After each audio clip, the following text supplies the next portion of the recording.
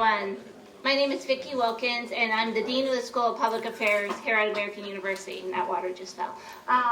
Welcome to this evening's event and the lecture that we host every year to memorialize our former colleague, Amos Perlmutter.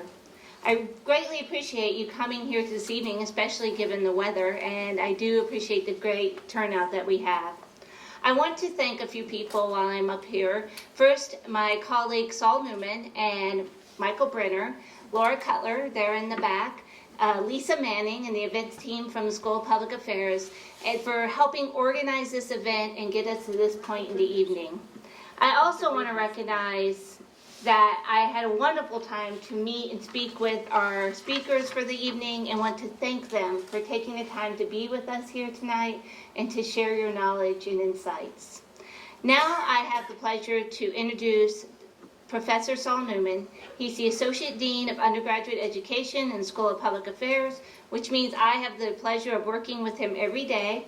I'm thankful for that, and he is a tremendous administrator, teacher, and community member. I'd like to welcome Dr. Newman up here to introduce our speakers. Thank you. Thanks, Dean Wilkins, and thanks to everybody who came tonight. It's my honor to speak about my former colleague, Amos Perlmutter. This program is in memory of Amos, who passed away in 2001 and was my colleague in the School of Public Affairs. There's a picture of Amos up there. Amos was truly larger than life, and every one of us who knew him knew he was larger than life, even though he was quite small in stature. He was born in Bialystok. He grew up in Mandatory Palestine in Israel, and he served as a professor in the School of Public Affairs from 1972 to 2001. He wrote 15 books on Middle Eastern politics, World War II, the role of militaries in politics. He published innumerable journal articles. He was the editor of 2 journals. He was a very public intellectual. He published editorials in the New York Times and in the Washington Post. He often testified in front of the Senate Foreign Relations Committee on issues of Middle Eastern politics. If you ever have a free 20 minutes, Google Amos Perlmutter C-SPAN, you'll see him in action. He was a tremendous guy. Amos would have been thrilled that Ambassador Ross and David Makovsky are here tonight. He would be thrilled, first of all, because this is not only the first time they've been here. They've both spoken individually as Perlmutter speakers. I believe David reminded me he spoke at the first one, and I think Ambassador Ross spoke in 2007. He would be thrilled because he shared with them, obviously, a passion for Middle Eastern politics, Middle East peace, things like that. But he also shared something else with them, a little-known fact. I hope David doesn't mind my mentioning this, but David is really great at impersonating Middle Eastern leaders.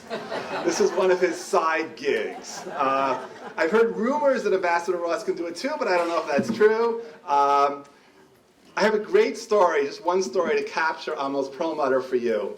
Amos Perlmutter was very passionate about strategic studies, war, Middle Eastern politics, and one of his absolute heroes was Winston Churchill.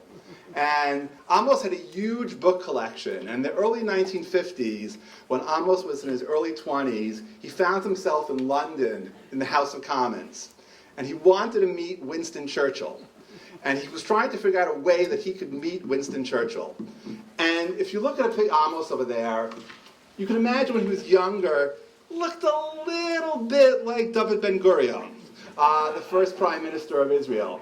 And David Ben-Gurion's son's name was Amos.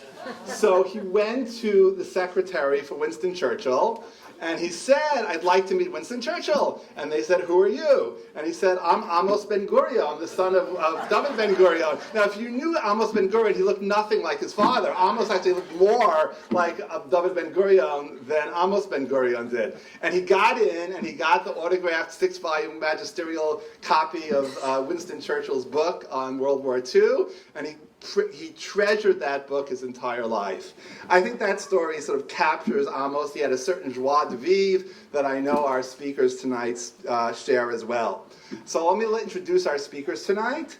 David Makovsky is the Ziegler Distinguished Fellow at the Washington Institute for Near East Policy, and he's director of the Project on Arab-Israel Relations. He's an adjunct professor at Johns Hopkins SAIS, and he worked in the office of the U.S. Secretary of State, serving as a senior advisor to the Special Envoy for Israeli-Palestinian negotiations. He's written many important books and articles on Middle Eastern politics. I still read his article on the wall and the geography of the wall between the Israelis and the Palestinians today. It's a classic. I would also point out that David has the best salt shaker collection in the greater Washington area. It's really incredible. And our second speaker tonight is Ambassador Dennis Ross. Ambassador Dennis Ross is the William Davidson Distinguished Fellow at the Washington Institute for Near East Policy. He served 2 years as Special Assistant to President Obama and Special Advisor to Secretary of State Hillary Rodham Clinton. For more than 12 years, Ambassador Ross played a leading role in shaping U.S. involvement in the Middle East peace process and dealing directly with the parties in negotiations. Ambassador Ross was the U.S. point person on the peace process in both the George H.W. Bush and Bill Clinton administrations. He was instrumental in assisting Israeli and Palestinians to reach the 1995 interim agreement, the 1997 Hebron Accord, and the 1994 Israel-Jordan peace treaty. Ambassador Ross worked with Secretaries of State James Baker, Warren Christopher, and Madeleine Albright as well. They're here tonight to speak about their book, their recent book, Be Strong and of Good Courage, How Israel's Most Important Leaders Shaped Its Destiny. It talks about 4 seminal leaders of Israel, David Ben-Gurion, Menachem Begin, Yitzhak Rabin, and Ariel Sharon, and the key decisions they made in creating and growing the Israeli state. Our schedule for tonight is Ambassador Ross will speak for about 20 to 25 minutes, followed by David Makovsky, who's going to speak for 20 to 25 minutes. Then they'll go up here on stage, and we'll have a discussion, a Q&A, moderated by Michael Brenner, the Seymour and Lillian Abramson Chair in Israel Studies and Director of the AU Center for Israel Studies. After the question and answer session, please allow them to go outside. There'll be a book sale and signing, followed by a dessert reception. It is my honor to introduce Ambassador Dennis Ross.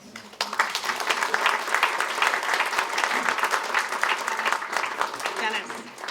Oh, he's got his book. I will turn it on. Hang on.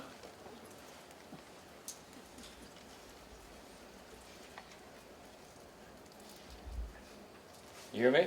Yes. Okay. So I'm up here because I like to walk and talk.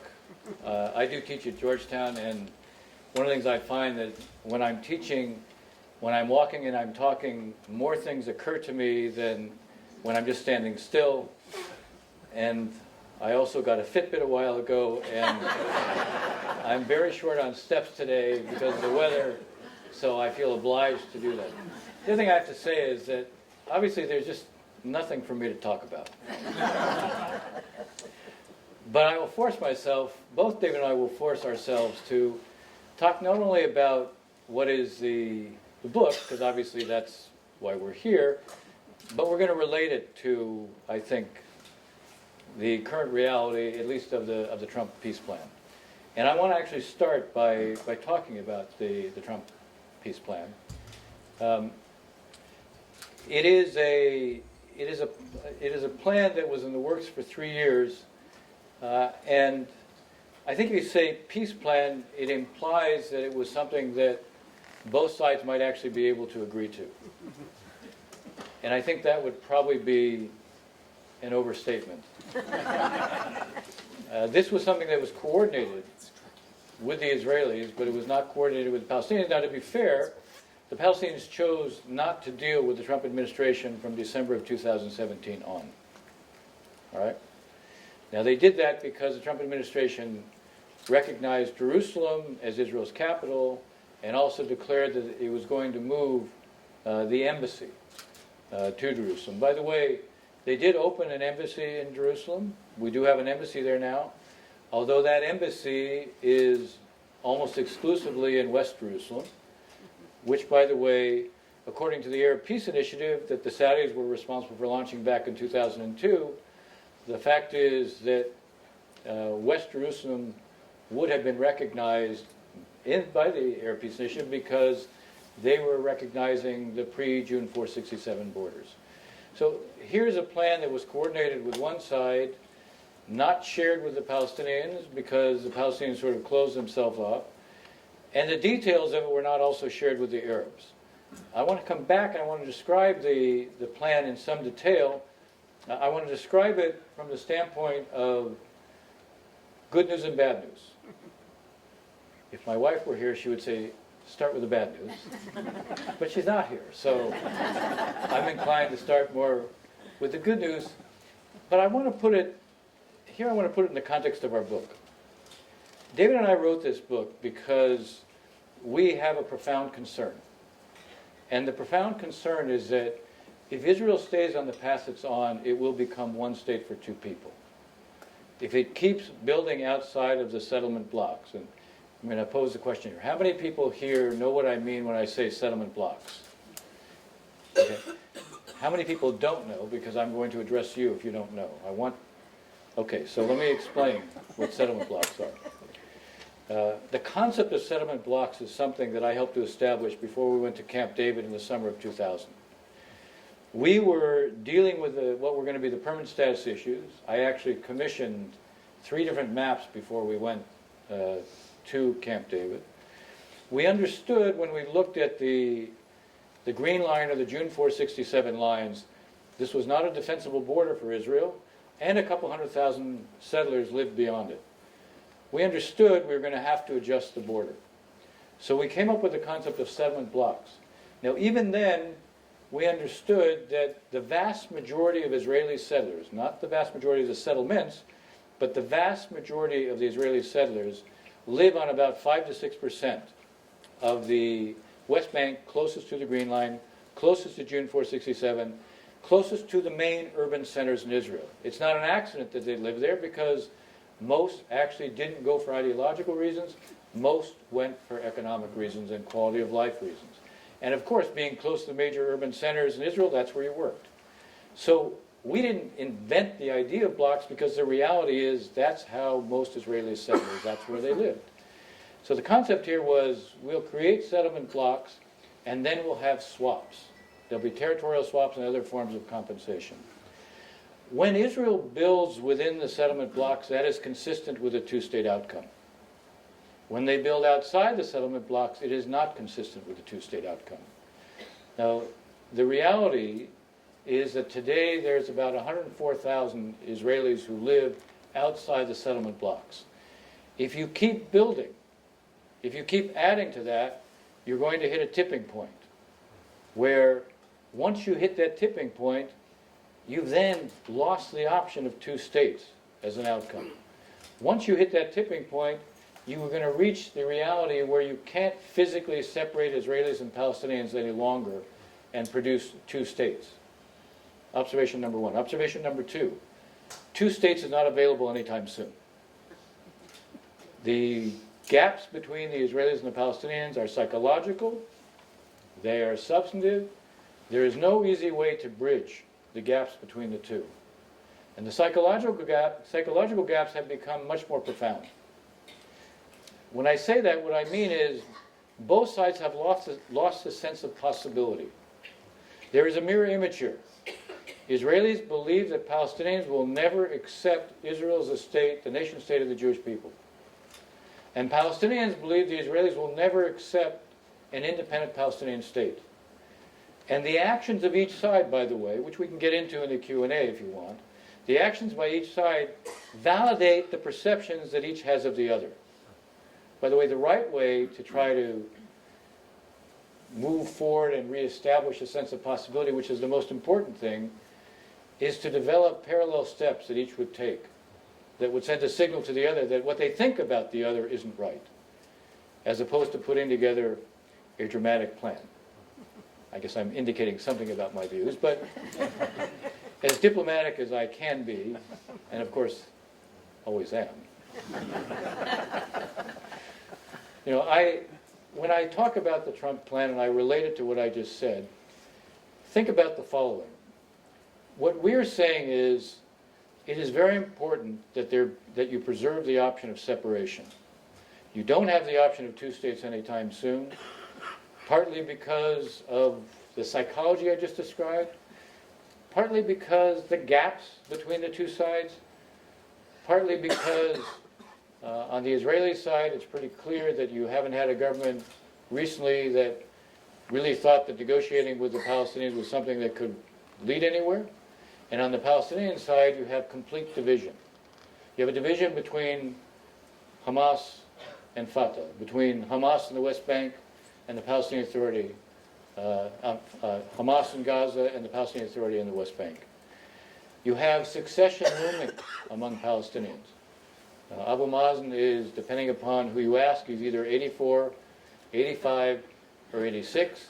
Regardless of whether he's any of those ages, he suffers from hypertension, he has heart issues, and he's an incessant smoker. This is not a prescription for living. So everyone who is around Abu Mazen is positioning themselves in anticipation that he will no longer be on the scene. What I can tell you about succession periods is that succession periods are never characterized by moderation. There is a competition to see who can be more pure, not who can be more accommodating. So the ability of negotiating a two-state outcome isn't there, so preserving separation as an option has to be the key. Now, think of the following. The Trump plan is basically one that calls for two states. So that actually sounds like it should be fulfilling, responding to the reason we wrote the book. I mean, David and I could say, oh, two states, we're home free. We wrote the book, we don't have to go out and make the case any longer. Right? I mean, after all, it's about two states. And that, by the way, I should say, that's good news. The Trump administration had never embraced the idea of two states. Now they have. Something else that's good news. Likud, the Likud party that Bibi Netanyahu, the prime minister, is the head of, they too, that party had also never embraced the principle of two states. Now they're embracing the Trump plan. So for the first time, that's also, I think, good news. A third element that I think is also good news is there's a message here. Palestinians historically have said no to every proposal on peace. And there was always a presumption, every time we say no, we'll get a better offer later on. By the way, I as our negotiator, when we were at Camp David, we came up with one set of ideas. When we presented the Clinton parameters 5 months later, they were dramatically better for the Palestinians than what we offered at Camp David. This assumption that if you keep saying no, you'll get a better offer, suddenly with the Trump plan, pretty clear, well, guess what? You're not going to get a better offer. Now that's where the good news begins to stop. Because actually, if part of the aim was to lower Palestinian expectations, to get an adjustment to reality, then what you needed to do is you needed to present a plan that actually was credible. That everyone could look at and say, okay, that's really a fair deal. It's hard to present this plan that way. And I want to tell you a little story that I was with a senior Arab official right after the plan came out. We were sitting together, and he's from an Arab state that was looking for an opportunity to make it clear that even if they couldn't say the plan was the greatest thing since sliced bread, they were prepared to say, the plan is serious. They wanted to be in a position where they could say the plan was serious. The problem was when he looked at the map, he said, nobody can stand up and say the plan is serious. What does the plan offer? The plan offers the Palestinians a state on about 63% of the West Bank. It does provide territories next to Gaza, which are actually in Israel, and actually these are pretty fertile areas next to Gaza. They're kibbutzim in this area. They are quite productive from a farming standpoint, mostly because of how they've used irrigated water and the like. So there is areas of what is now Israel that would become part of the Palestinian state next to Gaza. But in the West Bank, 63% of the West Bank would become the Palestinian state. Now the 63% is completely broken up. It's not cohesive. It's not contiguous. And the reason for that is, whereas our book is premised on the fact that Israel should stop building outside the settlement blocks, it can build in the blocks for two states, it can't build outside the blocks if you want two states. This is a plan that was driven by a central premise. Every single settlement in the West Bank would become part of Israel. Now, 62 of those are positioned in a way that because they're becoming part of Israel, they have to break up the territory of the West Bank. So what you have is 63%, but it looks like splotches. It doesn't look like a landmass that is contiguous. It doesn't mean there aren't some clever ways to allow people to move from one part of the state to the other part of the state, but it's through overpasses, it's through tunnels and the like. The problem is when you look at that map, it doesn't look like a state. Now there's other things that make it appear not like a state. Israel completely surrounds it. So if you're a Palestinian, basically all movement into and out of the Palestinian state will continue to be controlled by Israel. Israel will retain complete security responsibility, including for the Palestinian state. Now there are things, by the way, elements of this plan that make sense as it relates to security might have been achieved without, at the same time, in a sense, denying the Palestinians even the symbol of sovereignty. I took part in a back channel even after I left the Obama administration, and one of the ideas we came up in that back channel, which was between Israelis and Palestinians, was that there would be mutual leases. We understood that the Jordan River is effectively Israel's security border. But we also understood that we had to put the Palestinians in a position where they could also sell an agreement. There is no agreement that ever works if each side can't sell it. Doesn't mean it's exactly the same, but both sides have to have an explanation. Both sides have to be able to say, this is good for us and here's why. We understood on the security issue we had to meet Israel's practical needs. We also understood today, you won't hear it, but the reality is both Egypt and Jordan heavily depend on Israel for their security. And if you ask any Arab leader who they think is going to be responsible for protecting the Palestinians from external threats, they'll tell you, well, Israel, of course. But there's a difference between saying that privately and putting it in a plan that basically is there in a way that completely denies the Palestinians an explanation, that denies their ability to say we're independent. The plan recognizes something we incorporated in past plans, which was when it comes to the refugees will return to their state, they won't return to Israel.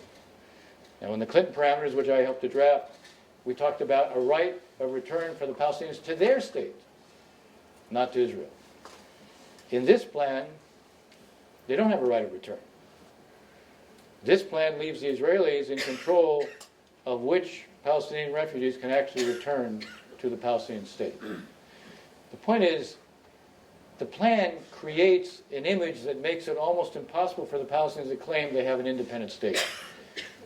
Visibly, physically, it doesn't appear that way. And then the trappings of this make it hard for them to say, oh yeah, we're independent. Any deal in the end has to also provide for the Palestinians not just an explanation, but an ability to say, we've achieved our national aspirations, we've achieved independence, and we've achieved it with dignity. This is a plan that does not put them in that position. Now, how does that relate to the book? This is a plan that basically, as is, has no chance of being realized. It doesn't mean there aren't possibilities that could be used. I mean, if there's no annexation, if Israel doesn't go ahead and unilaterally annex, it buys you time.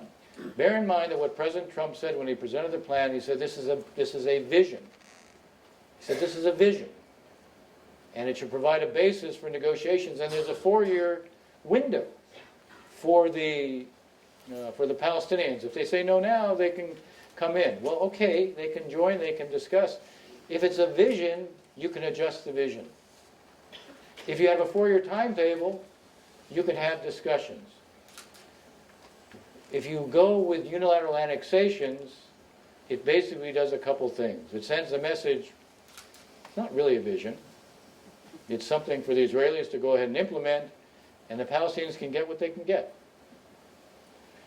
If you want the Arabs to adopt a position that allows them to say this is serious, then one of the things you have to do is ensure there isn't any annexation anytime soon. One of the most interesting developments, though it's already diminished somewhat, was that the day this plan was announced, while the Palestinians, Abu Mazen came out and rejected it, you had the leading Arab states basically not criticizing it. They didn't say, the truth is they said nothing about the plan. They said the Israelis and Palestinians ought to negotiate directly. By the way, historically that would not have been what they said. They were sending a signal, we won't simply embrace rejectionism by the Palestinians. There is a fatigue, increasingly in the Arab world, with the Palestinian issue. They're focused, the key Arab leaders are focused on the Iranians, or the Shia militias, or the Muslim Brotherhood, or ISIS, or Al-Qaeda. They're not focused on the Palestinian issue. They also realize there are things they can gain from the Israelis. You're Saudi Arabia, you're being hit by rockets by the Houthis. Rockets that basically come, at least in different pieces, from the Iranians. We have provided the Saudis Patriot 2 missiles, which are not as effective against what the Houthis are firing as what the Israelis have, what's known as Iron Dome. If you were the Saudis, you'd like to be in a position where you could acquire Iron Dome. You're not in a position to do that right now because of the Palestinian issue, but again, you grow, there's a kind of fatigue level. So the potential to getting Arabs to basically not simply follow the rejectionist line of what was Abu Mazen's position is there. And if you really want to affect the Palestinians, one of the ways to do it is to basically show that the Arabs and the Europeans are prepared to say, you know, there's something different here. The potential was there for that. The potential was there to get the key Arab states, if the plan had been shared with them in detail, if some of their comments had been taken, if the map was something that looked much more credible, they could easily have worked out an agreement in private saying, even if we have questions, this is a serious basis for negotiations. And if the Arabs had done that, then the Europeans would not have been more Arab than the Arabs. If those who basically have always been the supporters of the Palestinians were to say this plan represented a serious basis for negotiations, it would have been very hard for Abu Mazen to stick to a position of absolute rejection. The ability to affect the Palestinians over time, even when they're going through a succession process, even with their divisions, is to recognize one critical factor about Palestinians. The one thing they believe they've achieved over time is international acceptance of their cause. If it looks like their behavior is jeopardizing that, you will begin to affect Palestinian attitudes. So where does that leave us? How does that connect to the book? Unless, as I said, there's no annexation, unless this is truly treated as a vision, and you can adjust it, unless there's more of an effort to address some of the Arab concerns to therefore be able to affect the overall climate over time, the plan will not be realized. And precisely because you're going to absorb all these settlements into Israel, that will make one state for two people the most likely outcome. And when you have one state for two people, you face a reality. When the only thing that can be discussed, when the only discourse is on one state, Palestinians will say understandably, fine, one state, one person, one vote. If you think that BDS is a problem, think again. That will be child's play compared to where we will be. This book is about recognizing you've got to preserve separation as an option. The logical thing to do is stop building outside the blocks. Don't expand those settlements outside the blocks, which the plan will inevitably lead to, because it produces one state. It's obviously a logical point. I would say it's a compelling point. But it's difficult in Israel because the settler movement in Israel is a genuine political force. And they can't simply be dismissed. It takes courage, political wisdom on the part of an Israeli leader to make the decision to say, okay, to preserve Israel as we know it. We know we face all sorts of very clear threats. You know, Iran in Syria, the Shia militias in Syria, 130,000 Hezbollah rockets, those are not imaginary. ISIS in the Sinai, that's not imaginary. Hamas rockets and tunnels in Gaza, they're not imaginary. They're quite real. Wars in the Middle East are not fought in a limited way. If Israel wasn't strong, it wouldn't be vulnerable, it would be dead. That's the nature of this region. It's an unforgiving region. So Israel has to be strong, hence be strong, but it also has to be wise. Be of good courage. The four leaders that we profile, David Ben-Gurion, Menachem Begin, Yitzhak Rabin, and Ariel Sharon. These four leaders, I can tell you, were very different, ideologically different. Ben-Gurion and Begin were bitter enemies. Rabin and Sharon had a lot in common because of their service in the military, but they were very different personalities. Rabin is someone who could never tell a lie. Literally, he could not tell a lie. And Sharon never had that problem. But all four of them viewed leadership the same way. Whatever their differences, ideologically, whatever their differences from a personal standpoint, a personality standpoint, they all had a common view of what leadership required. Sharon talked about it as the solitude of the leader. And what he meant, when you're a leader, you bear the sole responsibility. Nobody relieves you of the responsibility. Nobody relieves you of the burden. You have all sorts of advice, but when it comes time to making a tough decision, you are on your own. All four of them felt that way. All four of them understood what was important, understood how to define priorities, understood the need to look around the bend. All four of them understood there was always a cost to making a decision, but there could be a big cost to not making a decision. All four of them said, it's on our shoulders to bear the burden of making decisions, not to kick the can down the road, avoid decision making, and let our successors have to deal with the problem. All four of them faced up to this. When they made decisions, they also understood they bore the responsibilities for them. You know, Rabin, I like to tell a story, Rabin with Entebbe. Not everybody here has heard of Entebbe because we have students here who haven't heard of Entebbe. Entebbe was in Uganda. There was a plane that was broadcast. There was a plane that was hijacked. We have 24/7? No. There's a plane that was hijacked, carrying Jews, Israelis to Uganda.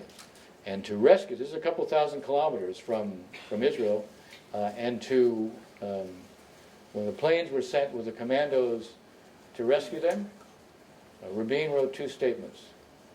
One, if everything had succeeded, announcing it, and the other announcing his resignation. They understood if they made decisions and they went wrong, they bore the responsibility. That's who they were.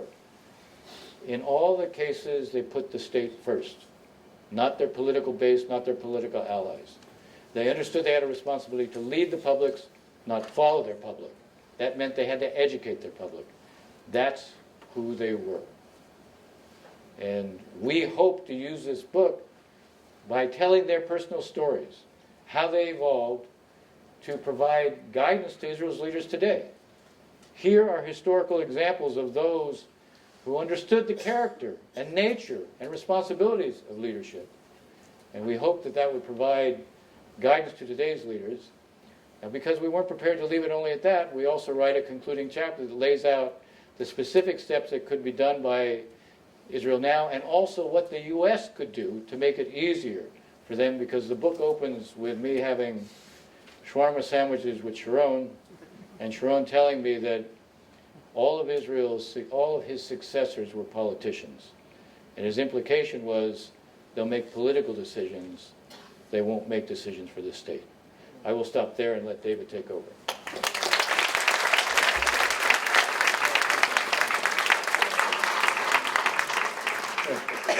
Okay, can you hear me in the back okay? Loud enough? Good, good. Okay, I think you heard from Dennis really a sense of what's the situation today, very hot off the press with the Trump plan, and a little sense about why we wrote the book. I'll add a bit, and Charlie, hopefully whet your appetite to want to buy the book too, and talk a little bit about the current situation now from a different angle. Look, I think the day after Donald Trump won office, Dennis and my office are like 3 doors down from each other. We had done a book before. We've been friends for almost now 30 years. And came into his office, I said, Dennis, I think we need to inspire people. People think the problems are just too big, and the leaders are not focused on solving the problems. And we need to find a way to connect people to history, and through history, through the current challenges, by reminding people there were leaders who actually met the bar of history. They went on journeys to a decision. They each went through an internal transformation, I would argue, before they made their decision. And they defined their decision by, as Dennis pointed out, not what the public necessarily wants, but what it needs in their view. They saw the world as they saw it as it is, not as they wanted it to be. And they felt that they needed to make a tough call and not pass the problems on to their kids. And so we divided up the book, and I focused on the first 2 leaders. Dennis focused on the second 2 leaders, and then we exchanged chapters. We kept going back and forth and back and forth, and the product is what you see. And now the book is coming out in Hebrew also, Yediot Achronot, at time of Passover. So if you have any friends in Israel, hope you'll spread the word. Look, I'll start with Ben Gurion, and what made him great. I think he had a sense he was completely mission-centric. He was laser-focused. In this sense, he had an unswerving journey to statehood. And for him, I think, a key moment is being in a Munich train station in 1933 and picking up Mein Kampf in German. And he was a great autodidact, Ben Gurion. And Hitler had just been named chancellor a few months earlier, and he said, this guy is serious. And he came back to a Jewish agency meeting in 1934 and said, I think there's going to be a world war in 5 years, which is exactly what happened. The World War opened in 1939. And from that time on, I think he felt Zionism was on a foot race against the Nazis. Who could, to save as many Jews as possible. He saw almost Jewish destiny was on his shoulders. And he felt that immigration was the oxygen of Zionism. And for him, he did not have the luxury to duck this issue, to agree to compromises, because he thought people were going to get killed if that was the case. Now, he didn't know 6 million, and even when he was at the Biltmore Conference in May of 42, he didn't, he thought that millions would still be alive. And gas chambers was not something he envisaged. But he thought the destruction of European Jewry was near. And he felt that Britain and the mandate were the ticket to getting his goal. And he was very fixated on the objective, but he was incredibly agile when it came to the strategy to reach that objective. And when he felt the white paper of 1939 cut off Jewish immigration, as the British were more focused on winning Arab support for the war, he essentially gave up on Britain and said, we got to start all over in this place called America. He didn't have Chaim Weizmann in America. He had an 83-year-old man named Louis Brandeis who was on the Supreme Court. It was not the same thing as the Zionist movement in England. But he had this sense of fixation on the goal. And he was willing to start all over again.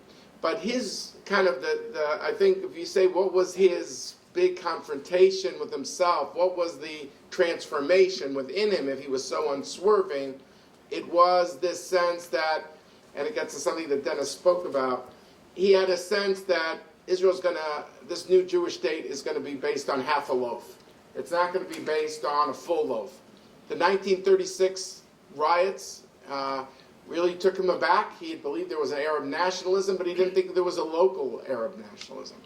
And he didn't often admit he was wrong, but he said, I was wrong, and you have to accept half a loaf. Of course, he wrote his son, Amos, not Amos Perlmutter. He wrote him saying, but if the Arabs don't accept half the loaf, we could always adjust those borders. But the most important thing was a sense of mamlachtiyut, of sovereignty, which he read into it not just as the land, but also a mindset of the people. And that was his shift. But with all these leaders, what we see is they had to weigh, is the risk of action greater than the risk of inaction, or the risk of inaction greater than the risk of action? And that's what's common to all four of the leaders we chose, is they all felt the risks of inaction were greater. What if you don't decide? Not deciding is a decision. And the story that I keep coming back to, which I just find so gripping, and some days somebody's going to make a movie about it one day, but is 2 days before the state is formed. Because, now looking back, you say, of course, the British were leaving, of course they were going to find a state. They weren't. It was unclear, up to the very end.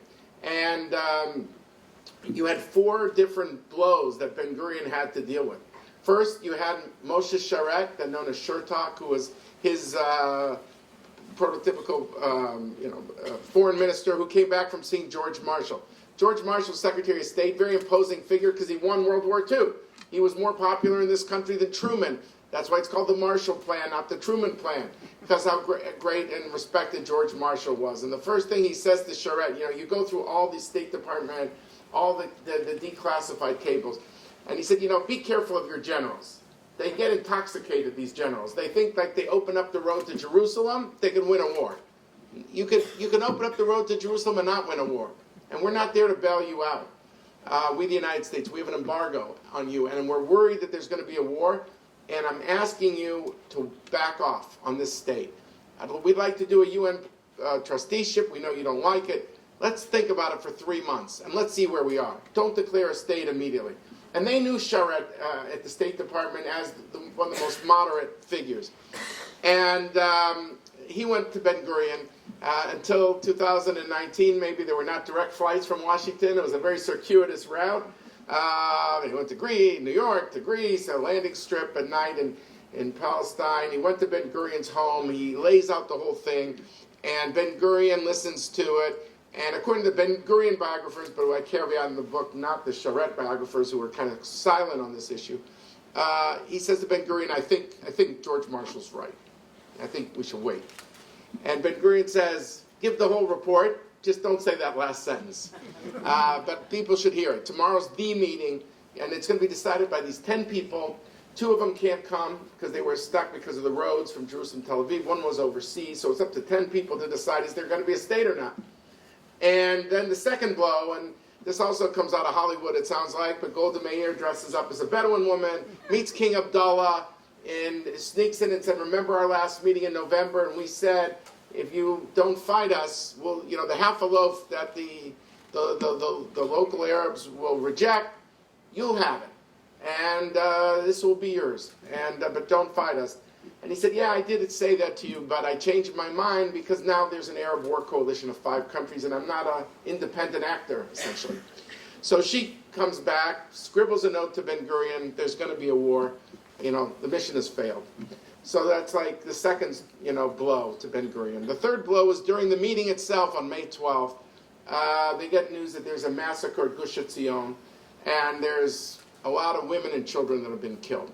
And this army is so weak, this Jewish army, they don't even send people to try to counter at all. They just don't have the personnel.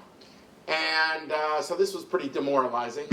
And then the final blow is that the 2 people who were in charge of the military, Yigal Yadin, Yisrael Galili, get up. And I'm going through these transcripts in Hebrew, and you just can't put this down. It's gripping. And they said, look, yeah, if we could have a ceasefire, it would be much better. 35 to 40% of our people in the army don't even have pistols. The whole Negev is defended by 1,000 people.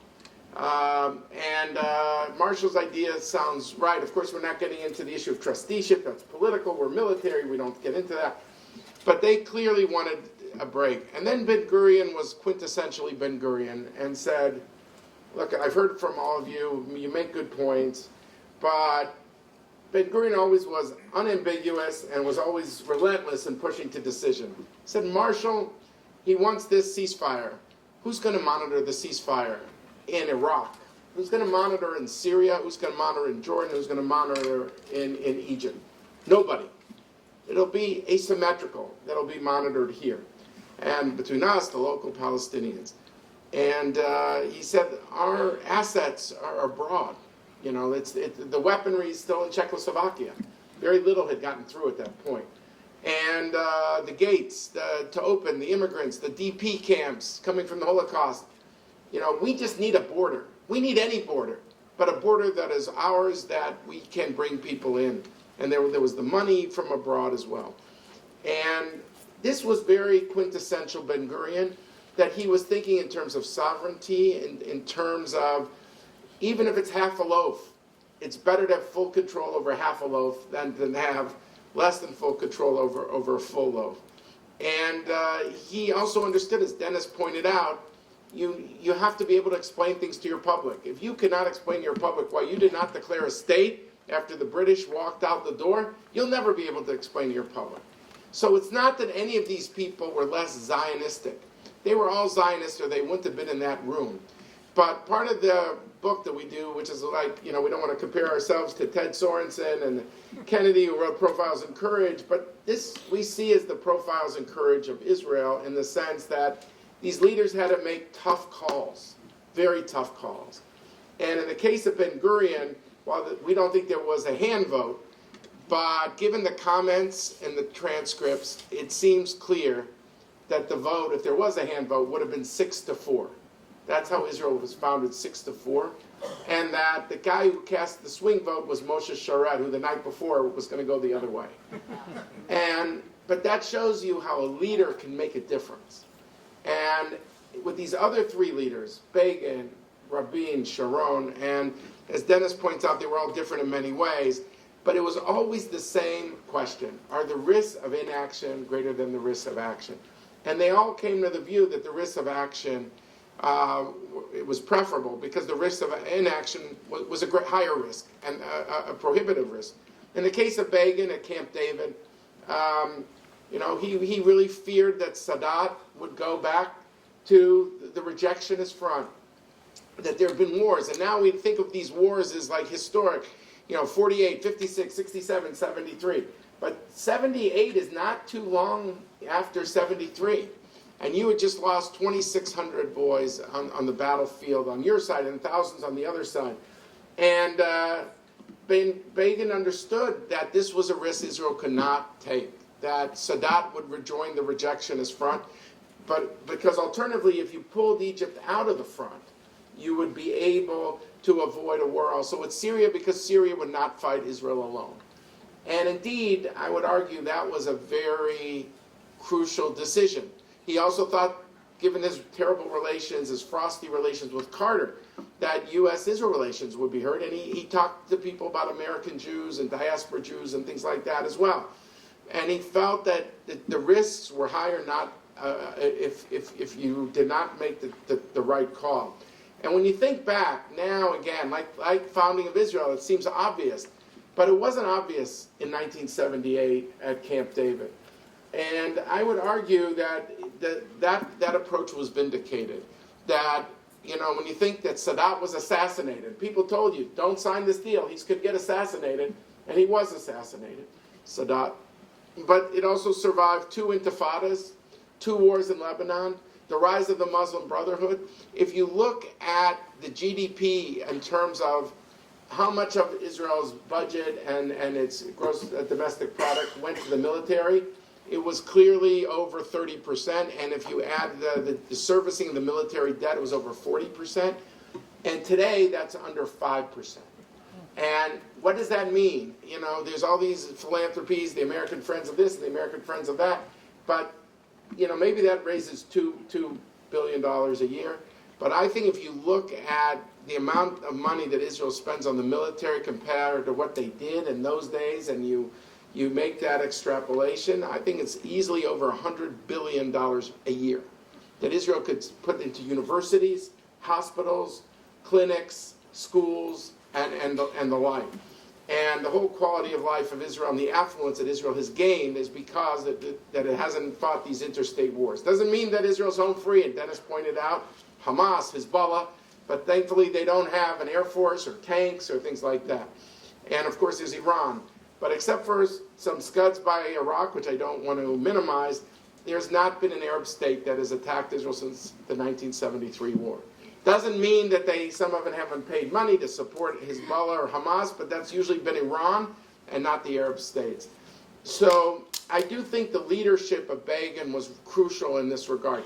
And Begin also understood something very fundamental. Whatever your ideological attachments, your national responsibility superseded it. I always have this picture in my mind of Begin from 1944 holding up a thin piece of paper. And it was during this thing called the Saison, where Haganah people were turning in some of the Irgun people at the pressure of the British, and some of the Irgun people, that's the militant group before the state, said, let's start killing the Haganah. That was the mainstream organization. And Begin held up a piece of paper, and he said, look, you can have a just cause, but the distance between a just cause and a contaminated cause is as thin as this piece of paper. And that's leadership too, is telling your own people tough things. It's easy to tell the other side tough things, easy. And in the case of Rabin and Sharon, Dennis mentioned Rabin's intellectual honesty. Rabin was always focused on the big picture. How does the Israel-Arab conflict intersect with the issue of Iran and threats there? And that's the bigger threat for Israel. Israel's got an interest to cool off the inner circle, as he would call it, given the dangers of a nuclear Iran. And he paid for that decision with his life, and he paid for it because he believed, as Dennis and I do in our book, that the Zionist enterprise is like an airplane that has to have two wings that are in balance, a democratic state and a Jewish state. And if you just have a Jewish state, not a democratic state, you're not going to be able to fly that airplane. So I think he paid for it with his life. And Sharon, who was a different figure, as Dennis noted, but I think his view of settlements, there was an intellectual honesty there. He was not like the settlers. I don't want to use the word manipulated them. The settlers, many of them, some came for quality of life, some came for religious reasons, and he respected that. But he was a general, and he saw settlers in terms of topography. And when he was the head of the Southern Command in 1971, he built those settlements in Gaza because he thought that there could be Egyptian tanks that kind of sweep through the Sinai and go into Gaza and into Israel. And he thought maybe that having settlements in Gaza would stop that. But once there was a peace treaty with Egypt, then you look at those settlements very differently.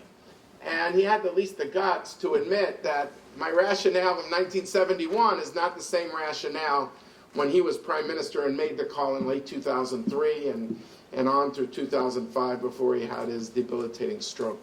So the unifying picture here are people who are willing to make a tough call and take on their own. You know, Rabin came back from Camp David, and a lot of Likud people had demonstrations against them with umbrellas out, comparing him to Neville Chamberlain for appeasement.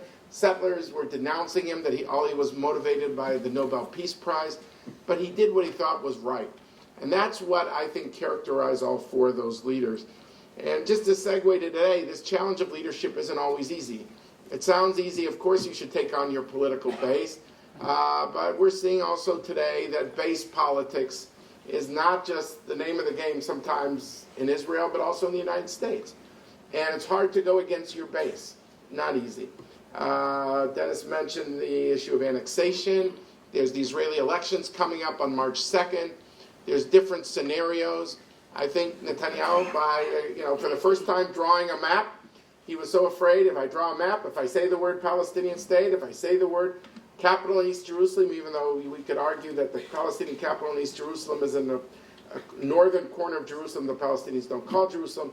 But for all of that, he's breaking new ground, and as he breaks new ground, he fractures his base. So as he does that, he's going to be worried, and he's going to try to push the administration for annexation now. The White House has kind of held off. People ask me, David, so what drives the White House? Why are they doing it? They've been working on this plan for 3 years. I think it's like one of 3 doors. Door number 1, which I think is probably the most likely, is that Trump, from his real estate days, believes the way that you get to a successful negotiation is you start out with a maximal position. That if you start out with a moderate position, you'll end up with a minimalist position. But if you start maximalist, then there's a counteroffer, and you'll get to a reasonable position in the middle. And it is interesting that they have said publicly, now let's have a Palestinian counteroffer.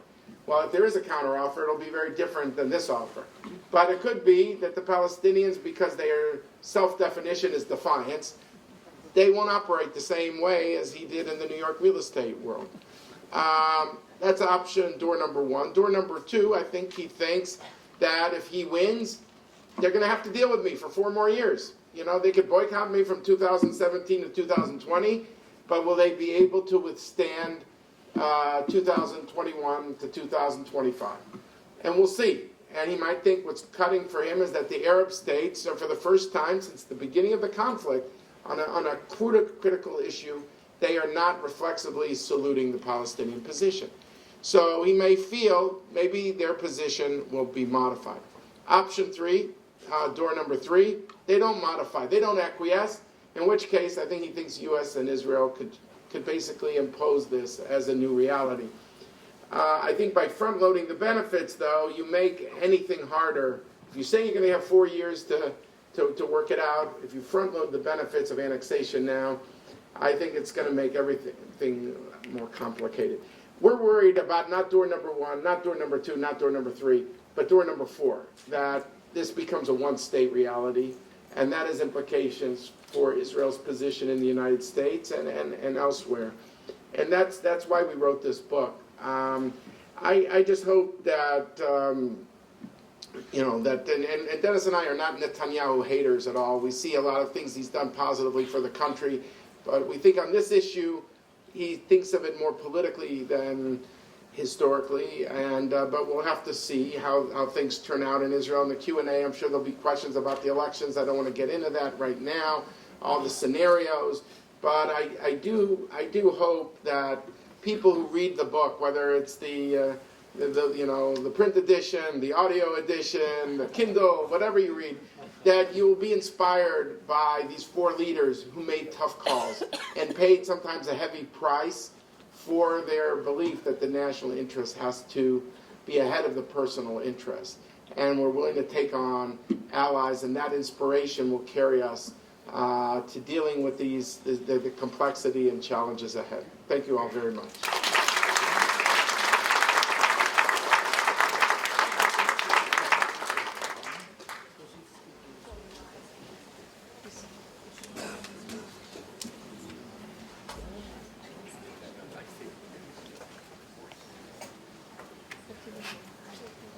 Thank you. Can you hear me? Yes.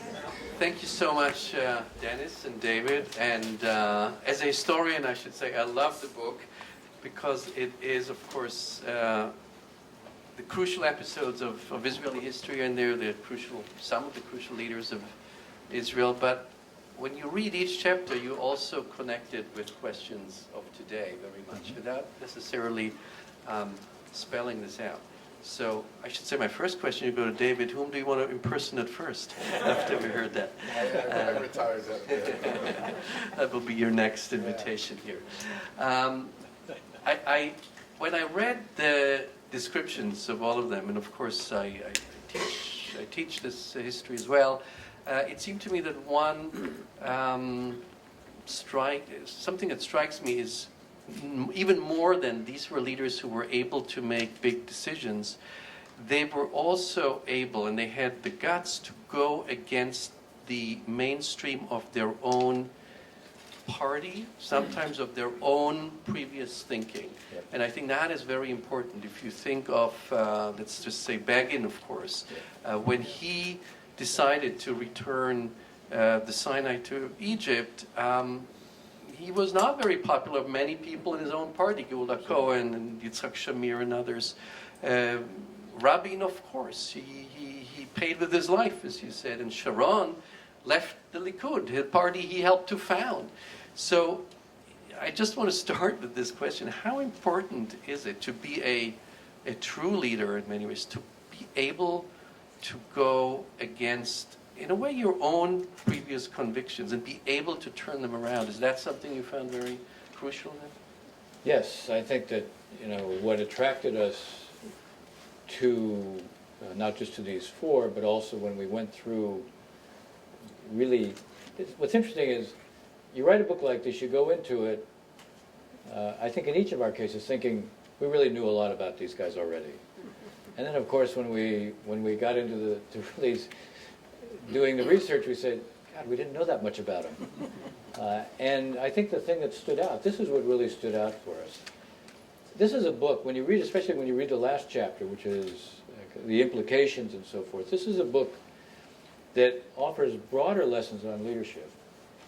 In the last chapter, we quote Doris Kearns Goodwin and her book on leadership, which was about Lincoln and the two Roosevelts and LBJ.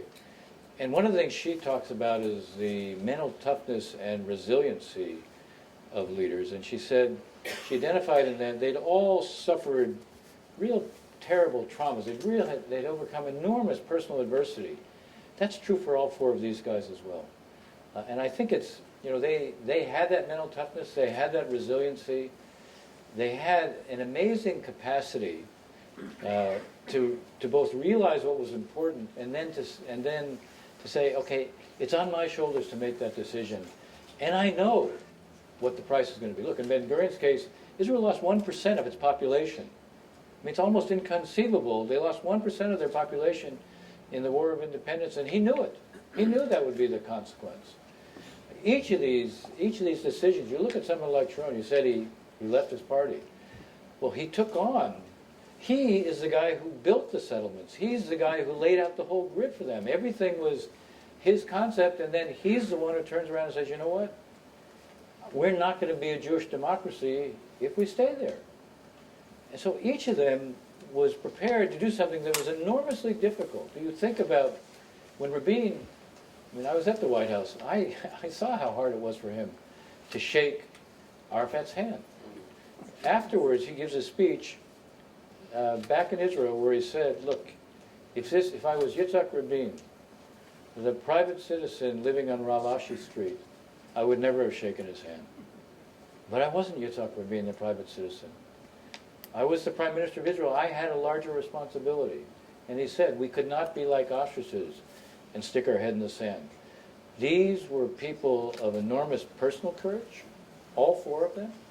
They were, as I said, as different as they were, their capacity to understand what a leader was is just unmistakable. And I think, the truth is, I think both of us walked away more impressed with all four of them than we were when we went into it. Look, there's no question. I mean, that these were allies that they defied, okay? I mean, that I said each of them went through a kind of transformation. Begin never thought that he would be the prime minister to take down settlements. He understood if he took down those settlements in northern Sinai, that it would be a precedent that would come to the West Bank. And he really, he saw himself as an ideological figure. And this was now going to be used against him, so to speak. And yet he did it because he thought this was in the national interest. All these guys were relentlessly future-oriented. They didn't just think of the next election. They were thinking about, what does this mean for their country? In the case of Rabin, like Dennis said about shaking Arafat's hand, he saw Arafat as an arch-terrorist. There's no question about that. But he cut through a conundrum. And the conundrum goes like this. When you're strong, you don't have to compromise. When you're weak, you can't afford to compromise. When do you compromise? And Rabin's decision was you compromise when you're strong. When your patron has just won the Cold War, the Gulf War, the United States, that's when you cut the deal. And, there were people who said, don't do it. You're at the top of the game now. And the case of Sharon, as I was saying in my remarks, Dennis said, he built these settlements in Gaza. But he had and intellectual honesty. He had the favorite saying in Hebrew, "Masher roim mipo lo roim misham." What you see from here, you don't see from there. When you're prime minister, the responsibility's on you. You're not a critic anymore. You're not an analyst. You're not an opposition figure. You're the man in the chair. And you got to make the call. And he said, look, these settlements had value when, in 1971, but they don't anymore. So they all went through internal changes, what I'm trying to get at, before they made their big decision. And they knew by making that decision they were going to alienate their political friends who had been with them for a long, long time. And yet they thought this is what was right. This is where they made their stand.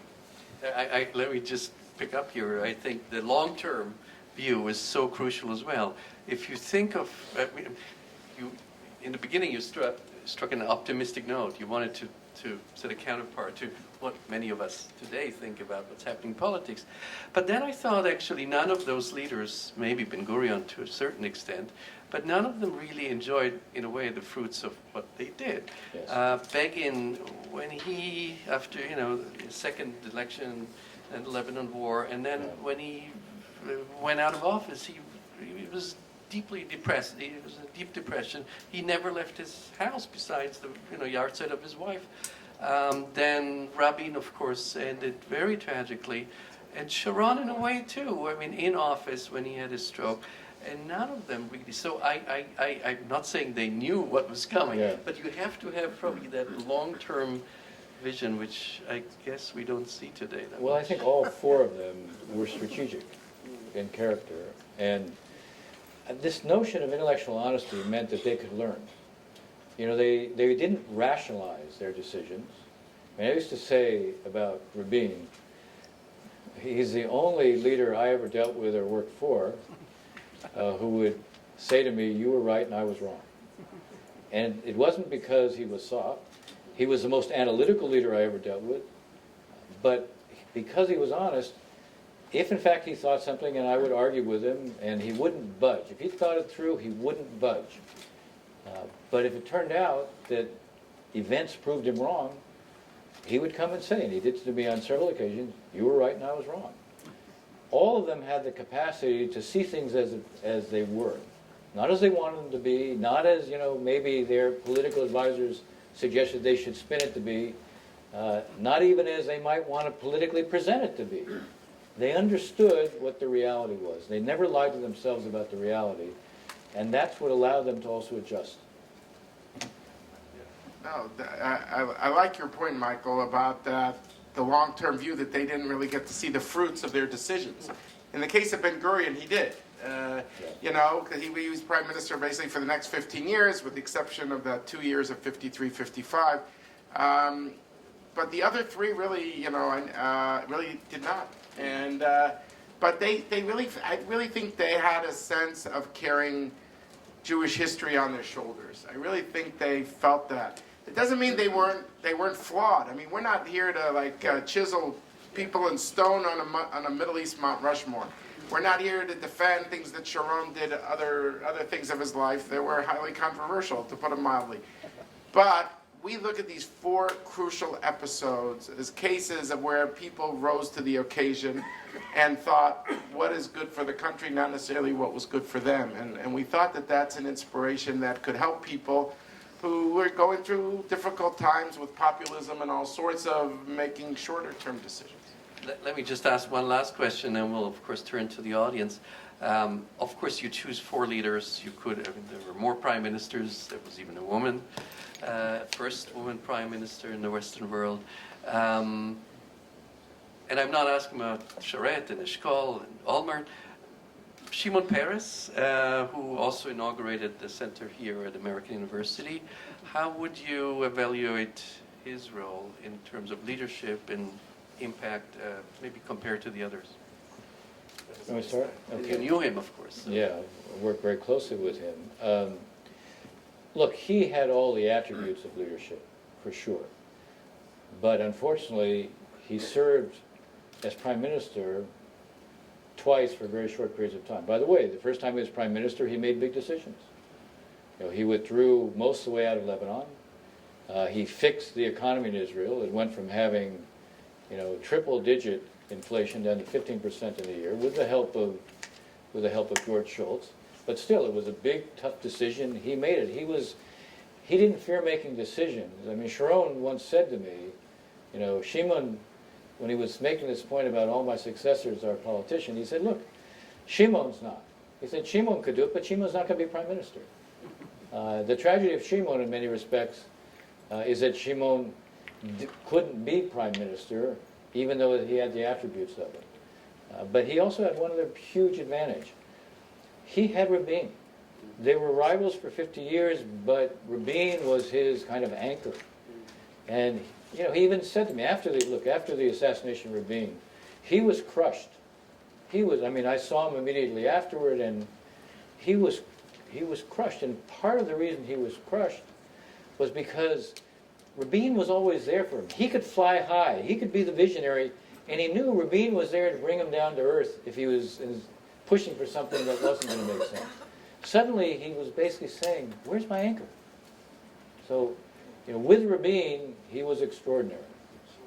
Yeah, no, I was going to make that Rabin point. They were a duo. I mean, by the time Peres is 1992, he'd been leading the Labor Party in elections, you know, at the end of the 70s and throughout the 80s. By 92, when he had lost the leadership struggle to Rabin, in a close race, I should say, but he had accepted his number 2 role, and that Rabin and him were, I wouldn't say yin and yang, but they each brought different strengths to the table. And I think that Rabin had the street cred as the winner of the 67 war, the Six-Day War, meant that was something Shimon just didn't have. Now you could say it's unfair. He built the Israeli defense industry. He built the Dimona reactor. He built all these things, all true.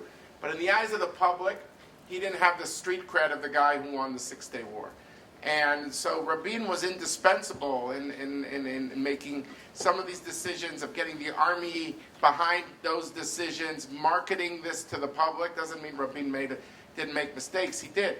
But Peres could be like the high-flying foreign statesman who could really get the international community behind some of these ideas. I wrote a book on Oslo and the evolution of Oslo, and it's clear that, you know, without Peres, you know, this never, you know, without Yossi Beilin, it never would have gotten started. Without Peres, it never would have gotten to the decision-making level. But without Rabin in those months of June, July, and August of 1993, I don't think Oslo would have happened. Peres liked the fact, wanted to take the credit that it was his idea, because he was his idea in many ways, but he needed Rabin. They complemented each other. And so I think in some ways, if you read the Rabin chapter, you'll see Peres in there. Okay, you were very patient, but I'm sure there are lots of questions. If we have any students with a question, we like to let them start, and I see students spread all around, but let's see. Anyone dares to ask the first question? Go ahead. But, Go ahead. yes, Go ahead. please. We have a mic. Jake.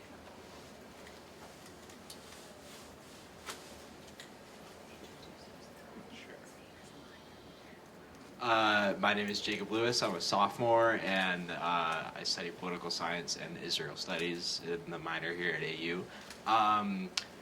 I was just wondering, assuming that there is an outcome where, in the election, where Gantz does become PM or Kol Lavan serves as one of the major partners in a coalition, how does that change whatever this peace plan? What happens then? I guess that's my main concern question. Thank you. It's a good question. I'll start, Dennis.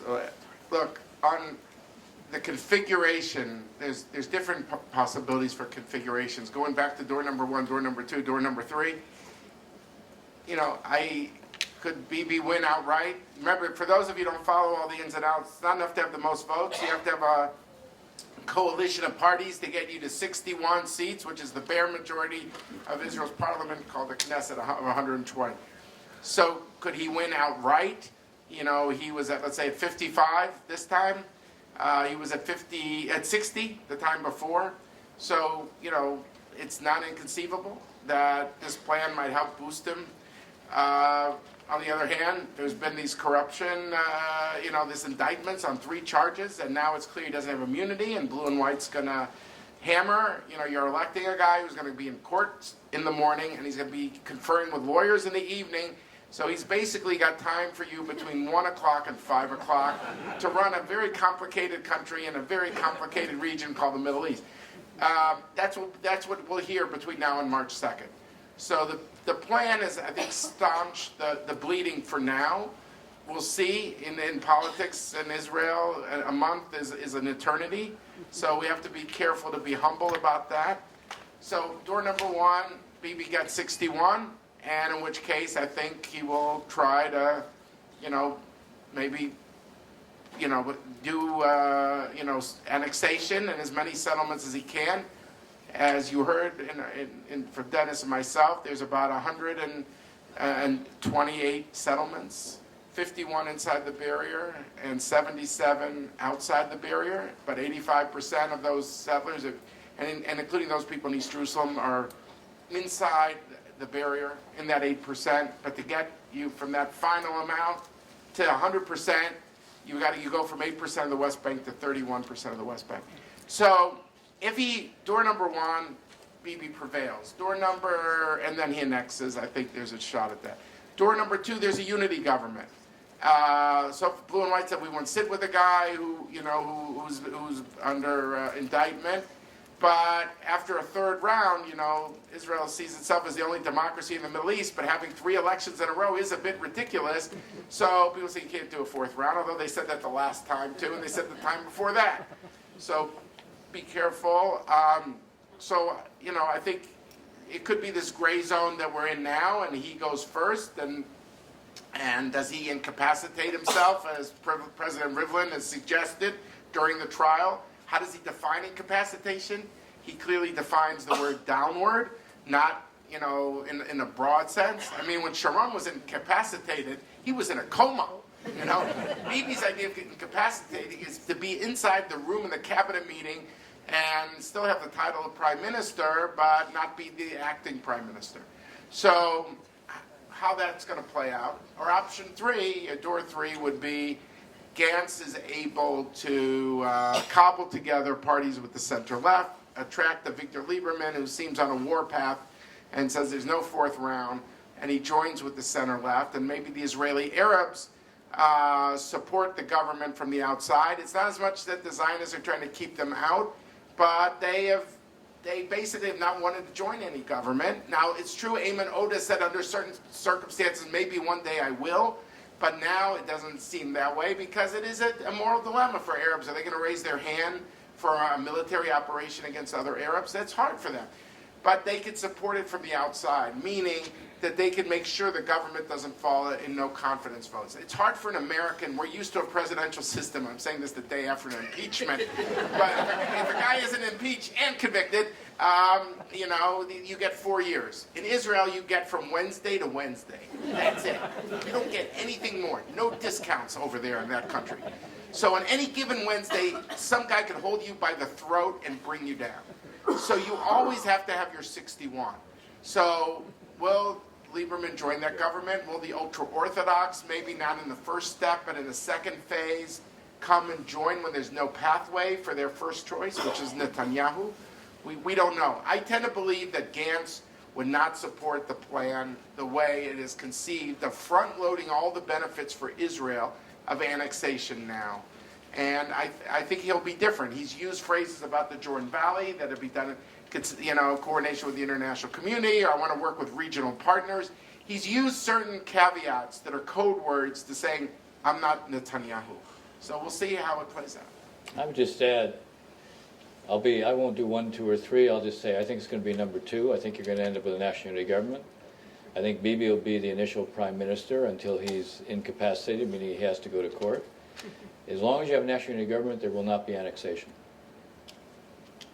Okay, let's take a second question here and then here in front. And we'll have the third one. Hi, Introduce yourself. my name is Son. Yeah. My name is Matan Admi. I'm a sophomore in the School of International Studies. And my question is, So you're describing the sort of legendary leadership quality in the four leaders that you profile. These four leaders come from all sorts of ideological backgrounds. Would you say that that style of leadership is dead in Israel? And if so, what were the structural factors that sort of led to that? So let me take that one. It's a really excellent question. As I said, the book opens with Sharon and me having shawarma sandwiches, which he was a prodigious eater. He got to look the way he did, the old-fashioned way he earned it.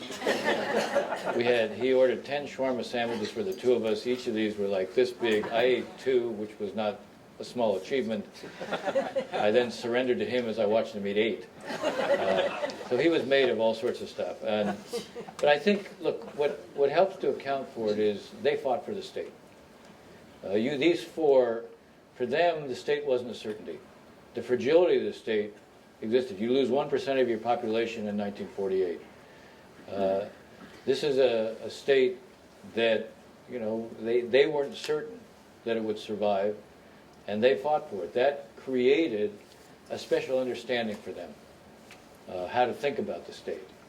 The irony is, the stronger Israel becomes, the easier it is to become a typical politician. That's what he was saying to me. He literally said to me, all my successors are politicians. He was even saying, I'm not even sure they'll understand when there's an important decision to be made. Now, it was, of course, easy for him to look down all of them, because it's also not unusual to be that way. But I do think they were shaped by the reality of uncertainty and the reality of real existential threat to the state. When you become less concerned about that, then you have more of a luxury. And I think that helps to explain it. Now, having said it, what I just said, do I think that there can be leaders again who reflect what we've seen before? Maybe because, look, you have to take this with a grain of salt. I spent the last 30 years trying to make Arab-Israeli and Israeli-Palestinian peace, which means, obviously, even in the darkest hours, I don't give up. So it suggests that I have this kind of inherent optimistic view of things. The reason I think that, yes, there's a potential for that. I am struck. One of the things else you have to understand this. Israel is an amazing country. I mean, if you think about it, the only country that is truly thriving in the region right now is Israel. And that's not an accident. You have to think about what produces it in the rest of the country. Maybe the politics, to use the diplomatic term, are screwed up right now. But the reality of what the country is and how it thrives, number one. And two, when you deal with the leaders of the Israeli military and the intelligence people, these are all people who will tell truth to power. They are not intimidated by the political level. They're still governed by the sense that we don't have the luxury of not seeing things as they are. And so those kind of people exist. Look, in the non-military part of the society, Israel is a startup nation. I mean, look at all the startups. These are people who know how to run risks and know how to evaluate it. So within the sociology of Israel, it still can produce those kinds of leaders. It's a very young country, but it's a political system that, shows what David likes to say about Likud, which is true. It's had 4 leaders since its founding. So it's a young country, but it has a political system that doesn't always act as if it's a young country. Many people who have, I think, the characteristics that these 4 leaders have are choosing not to go into politics. And the question is whether or not some of those people will say enough already and decide to go into politics. So I don't write it off. That's a problem not only for Israel. Yeah. I would look. I just want to give some optimism here. I mean, it's a great question. I kind of wonder if David Ben Gurion was alive today. You always have to be worried about these counterfactual questions. But if you would have told David Ben Gurion that Israel is going to have the GDP per capita that's going to pass France and Japan, I don't know if he would have believed you. If you would have told them that the Arab states now see Israel as an opportunity and not a threat because of the strategic convergence about Iran, I don't know if he would have believed you. I mean, it's kind of ironic that Ben Gurion in the 50s had this kind of periphery doctrine where the anchors against the Arabs were Iran and Turkey, and those two countries have become Israel's biggest problems. And the Arabs that were the biggest problems now see Israel as a potential, ally against Iran. They all want Israeli technology now. What Dennis was saying in his opening remarks is something that Americans just don't fully appreciate. And that is, if you talk to the security people dealing with Egypt, Jordan, and even the Palestinians, you'd be amazed how they are connected to the Israeli security and how they see Israel's security is good for them. And a strong Israel is good for them. That's something, I don't know if Ben Gurion, he might have dreamed of it, but this is reality now. And these options of having the Arab states in the Gulf, and not just the Gulf, Egypt and Jordan, as allies and not enemies, this is a luxury that I don't know if they could have imagined, but I think they would have tried to leverage off that, the economic strength and the security links as really reasons like I was just saying before about Rabin, which is you make a deal when you're really strong. And I think that's the same thinking that would have galvanized them. We're not minimizing the objective problems. I mean, they didn't have to deal with things like the division of Jerusalem, and there's some issues here that are very complex. But I still think they would have seized on Israel's strength as a way to make tough decisions, and that's important. What saddens me a bit is what Dennis alluded to about, I like to say the Likud and the Cherut, which is the precursor of Likud. The DNA is they've had 4 leaders in 70 years. Now, on one hand, the Likud has been in power. If you look at the last 42 years, 32 of the 42 years has been led by the Likud. But the DNA is that there are elites in the society, in the judiciary, in academia, and in the media that are somehow trying to keep them down. And I think leadership would say, no, they are the institutions that we always in the Zionist dream have wanted to encourage. We don't want to hurt our own institutions. And I think that part of this thing of rallying around the leader is they feel a leader that is persecuted in their mind by these elite institutions. And I think it's very unfair, these allegations. But it has been very effective. And it has helped propel them to power in 32 of the last 42 years, and yet still have the image of outsiders, even though they've been the insiders for 32 of the last 42 years. A paradox, okay? Americans can't really understand this, but that paradox, I think, is important in understanding some of the leadership problems today. Thank you. We'll have one more student. Hi, my name is Yazanu Sebe. I'm a freshman studying political science and hopefully double majoring in justice and law. And I want to start by thanking you both for coming to AU and sharing your knowledge with us. It's been very valuable to have an insight into the state of affairs in Israel and Israeli history. I wanted to ask, I come from a Palestinian family, and I lived in Jordan for a while, and occasionally I visit friends in Jordan. Within the younger generation of Palestinians and Jordanian citizens, because we're very connected to the affairs of politics over there, there's a consensus, there's a growing consensus, a growing pessimism in the youth that the two-state solution is becoming kind of a distant reality, that there's not going to be a state of Palestine, and that instead we should focus our hope on creating a kind of home in a state that is in a one-state solution, finding an identity in a shelter in a one-state solution. Do you also find this to be this kind of growing trend to be in politics? And if so, what do you think the implications of this trend are on the future of policy? Look, the answer is absolutely.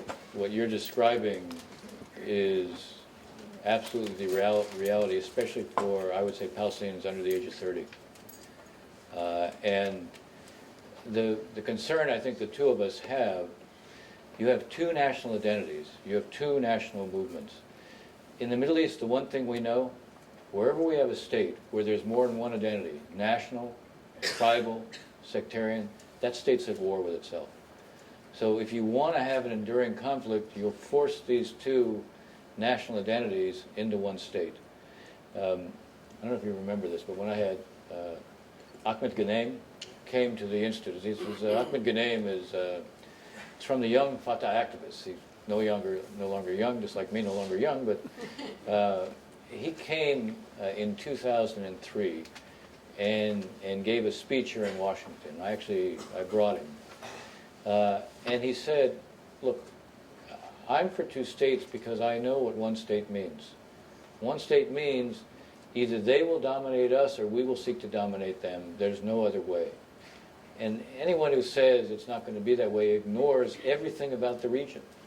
So the implications are, I mean, we wrote this book, this is a book about Israel.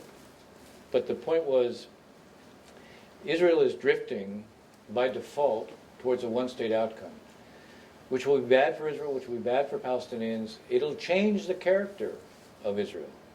You know, the Zionist movement was designed to create a Jewish democracy, to be a light unto the nations.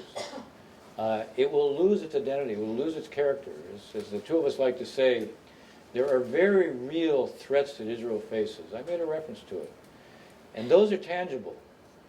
The loss of identity, the threat to identity is less tangible, but it's no less real.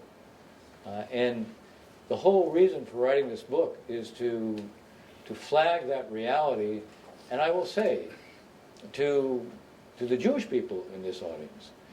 I like to say that you don't have a right.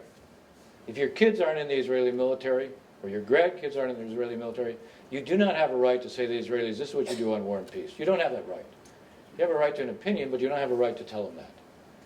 You do have a right, however, when it comes to Israel calls itself the nation state of the Jewish people.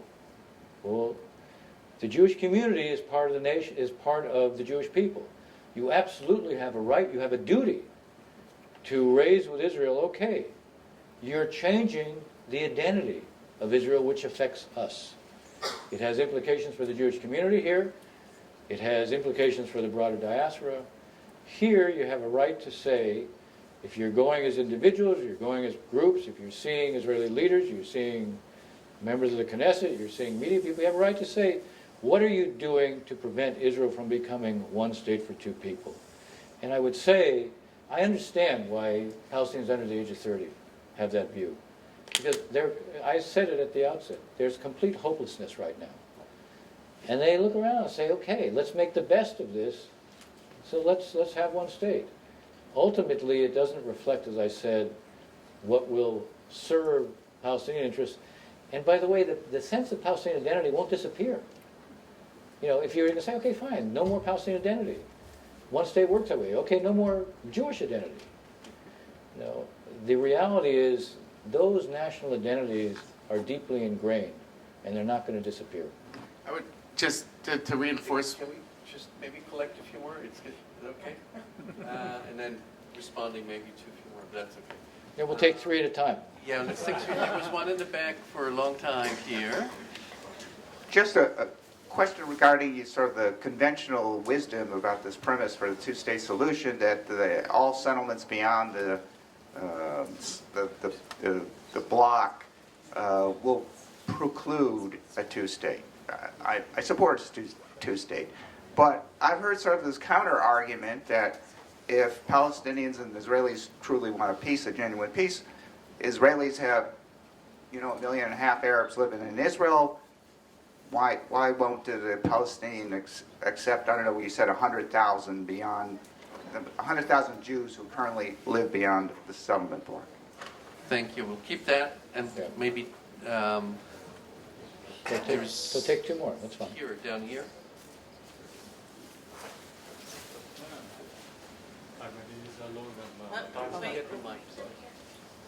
Hi, my name is Alon. I'm Matan's dad.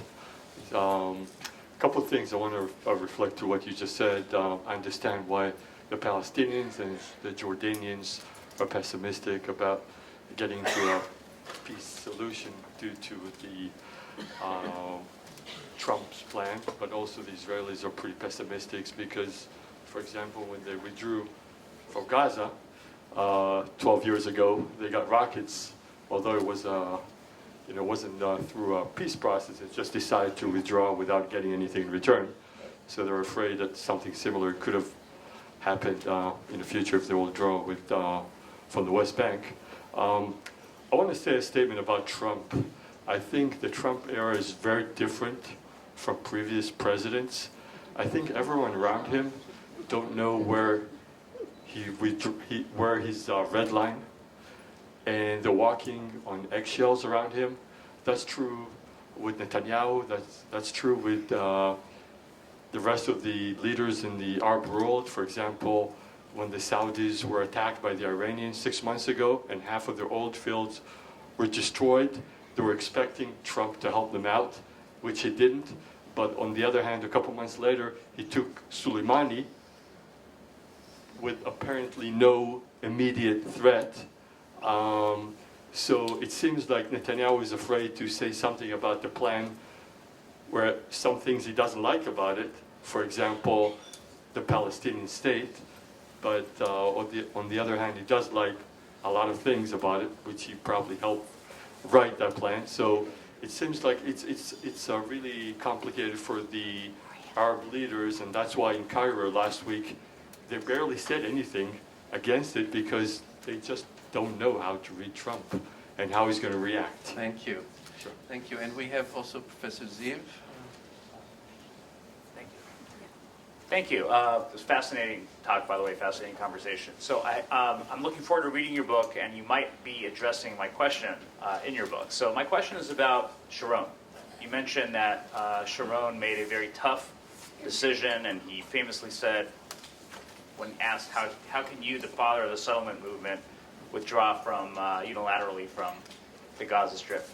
My question is, in your opinion, based on your research and knowing him, was he intending to stop there, or was he intending to work toward a two-state solution and the creation of a Palestinian state? As you know, there's a split among the experts on what his intention was, and he held his cards close to his chest. So I'd be interested in your take on this. Thank you.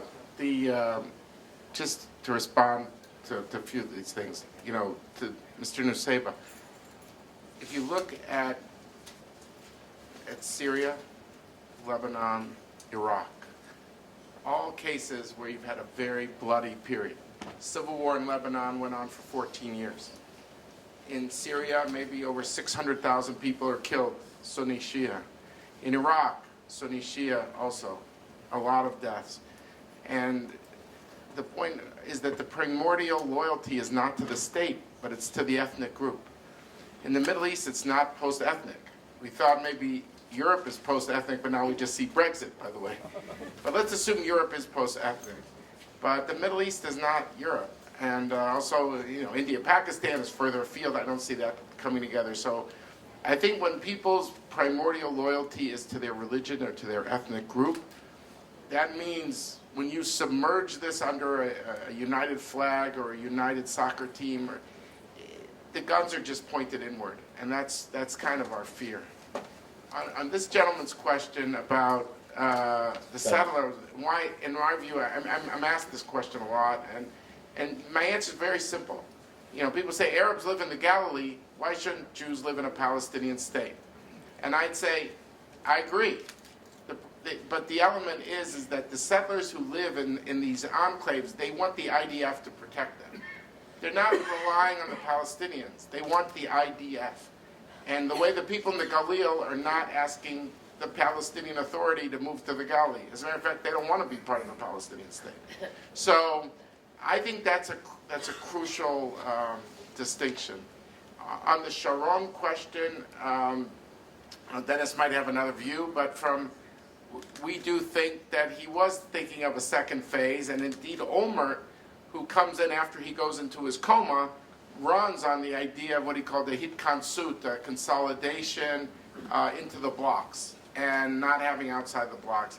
The fact that he started those 4 settlements in the northern West Bank as part of the Gaza disengagement was, I think, a way of saying this is a down payment on a phase 2. So that's why I tend to lean to that this was, the first phase of 2? I'll just pick up on this. Look, one of the things that was driving Sharon, he was very focused on the demographic issue. So much so that the very last meeting he had, before he had the stroke, immediately after he had this wasn't the cause of the stroke, but the very last meeting he had was actually with an organization called the Jewish People Planning Institute that I actually co-chair. And it was an hour and a half just on demographic issues. His whole preoccupation was on that. One of the things he kept telling the settlers is, I can preserve what we need in the West Bank if you get behind me. But I'm going to have to do this. So he was, look, you know what, he created Kadima because he knew that Likud would not support the next phase that he was going to pursue. So it was very clear he was going to do this. He had very little faith in the Palestinians, which is why he withdrew unilaterally. I mean, I had an exchange with him. I wrote something that he wasn't happy about because I said, look, I'm all for declaring in principle you're going to withdraw from Gaza, but there's two problems with the way you're doing it. One is you're rewarding Hamas, who is going to say our violence drove them out, and not Abu Mazen. Let him negotiate with you to produce your withdrawal. And the second thing is you're suggesting the only one who has any responsibility here is Israel. No, but the Palestinians have responsibility too. Let them demonstrate their responsibility. And his answer to me was really poignant, and it gets to the heart of what you're saying. It also defines who he was. He said, I cannot allow their irresponsibility to determine our destiny. He was saying, and if they don't assume the responsibility, which you say we should work out with them, then I'm stuck, and I cannot be stuck there, because that will shape our destiny, and I won't permit that. Well, I really want to thank our speakers. Don't forget, there are cookies out. There's also books to buy, and there's also flyers for those who want to become friends of the center and make events like this possible. And thank you all for your patience, for your wonderful questions.